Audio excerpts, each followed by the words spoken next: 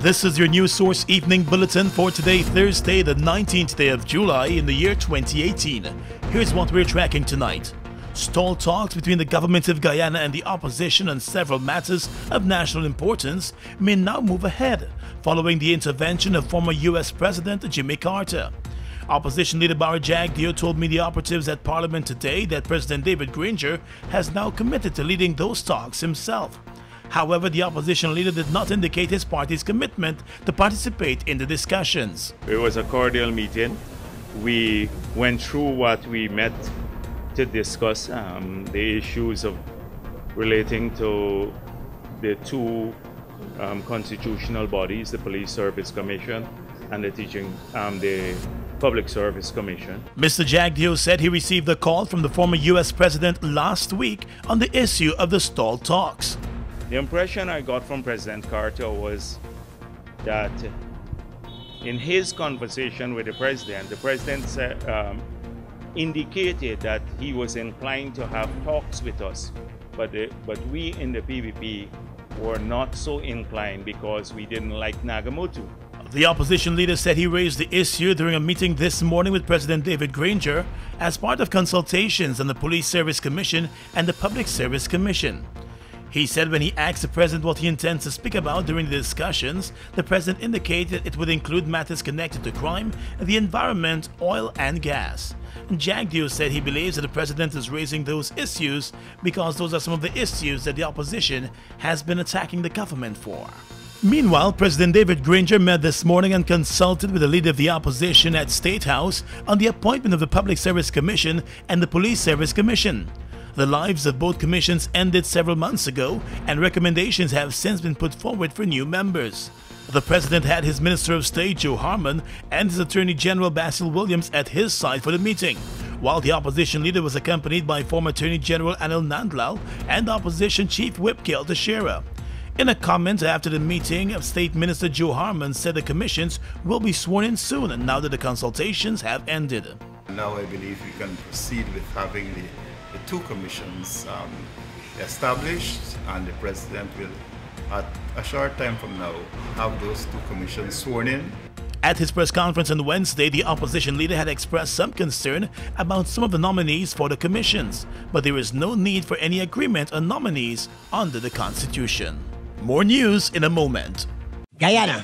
If Uncapped Marketplace in Georgetown exceeded all your expectations, then prepare to be amazed even further as GMSA's Uncapped moves to the west coast of Demerara, giving you another chance to taste and savor more agro-processed foods. Yes, come out and experience the creativity of those on the west side at the Uncapped Marketplace and Food Festival, happening on Saturday, July 28th from 10 hours at the National Track and Field Center, Lenora, West Coast, Demerara. So bring out your family for an entire day of food, games, giveaways, and lots of fun.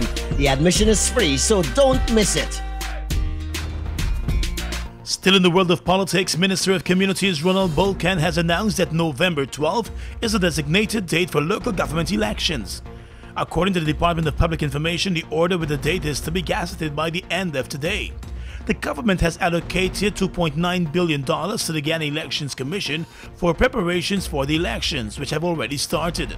The announcement of a date comes even as the coalition partners, the APMU and the AFC, are to finalize their agreement to contest the polls together.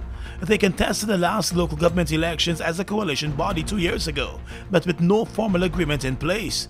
The two have since been meeting to iron out an agreement. Earlier this week, PNC General Secretary Amna Ali indicated that the APNU has already started its campaign across the country. The AFC has already launched its own campaigning too, and it is likely that the two parties will head to the polls as one coalition. Meanwhile, the opposition People's Progressive Party has also been in the various communities across the country campaigning. Just this past weekend, the Guyana Elections Commission hosted training programs for persons who will serve as election day staff. This is the second time that local government elections will take place since the coalition government took office in 2015. Before that, there was a hiatus for more than 2 decades. Opposition leader Barra Jagdeo has announced that the People's Progressive Party will be choosing its presidential candidate for the 2020 general elections before local government elections this year. Local government elections will take place in November. Mr. Jagdew told a press conference yesterday that the vote for the party's presidential candidate will be by secret ballot and is expected to be done by the party's Central Committee. He has warned potential candidates against making disparaging remarks of others who might be interested in the position. Mr. Jagdew is prevented from running for president again, as the Constitution bars anyone who would have served 2 elected terms as president from seeking a 3rd term. Legal minds have also pointed out that he also cannot be his party's prime ministerial candidate, since anyone serving in that position would have to be eligible to be president. So far, only one junior party member and former Member of Parliament Charles Ramsden Jr. has publicly announced his candidacy for the party's presidential candidate position. Behind the scenes, a number of former government ministers under the PPP, including Anil Nandlal, Irfanali and Frank Anthony, have been expressing an interest to lead the PPP into the next elections. But former Presidents Donald Ramotar and Sam Hinds are both eligible to run for president. Ramotar has only served 1 term as elected president, and Hinds was never elected to the presidency, but served as president for a few months following the death of Dr. Chetty Jagan. And finally this evening, in the courts, businessman and former murder-accused 57-year-old Andre Gomes, also known as Zipper, walked out of the Georgetown Magistrates Court a free man today, after a drug trafficking case that was brought against him was dismissed for insufficient evidence. In dismissing the case, Magistrate Lerone Daly said the evidence provided by agents of the Customs Anti-Narcotics Unit was inconsistent, and some of the same agents contradicted each other during their different testimonies. Zipper was charged back in February following the alleged discovery of just over 2 pounds of cocaine at his Craig Street, Camberville property.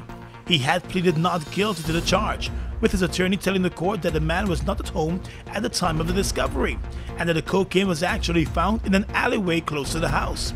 The prosecution had argued that witnesses told a different story, and the caution statement taken from the accused was entered as evidence. But the magistrate ruled that the caution statement was not enough to get a conviction, especially since the accused denied ownership in court. Back in 2015, the same man was charged for the shooting death of a driver outside the Pam Court night spot, but that charge was eventually dropped as the evidence seemed insufficient also. Last year, a wanted bulletin was issued for him after over 20 pounds of cocaine was found in a house that he owns in the same Camberville area. However, the occupant of the house, who was close friends with him, pleaded guilty to the cocaine possession charges and has since been sentenced and is serving time in jail. Meanwhile, Zipper's son is currently awaiting trial on a separate cocaine trafficking charge. And that's your News Source Evening Bulletin for tonight. Gordon Mosley reporting.